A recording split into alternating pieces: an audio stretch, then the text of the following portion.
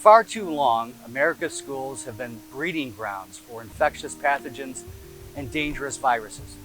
Hi, I'm Pete Newman, and in January of 2020, I was the superintendent of a school district in Michigan.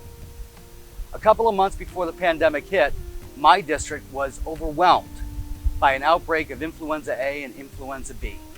My director of maintenance introduced me to a local company that was manufacturing UVC cleaning machines, the same machines that are being used in doctors' offices and in operating rooms.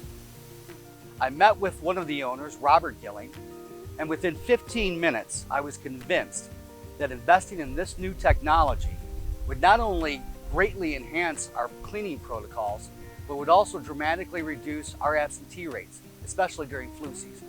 To this day, I consider the decision to partner with UVC Cleaning Systems as the single most impactful decision I made during my 20-year administrative career.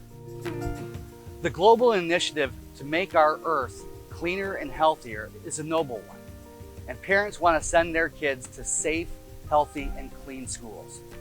UVC is the company that can make that happen for you like it did for me.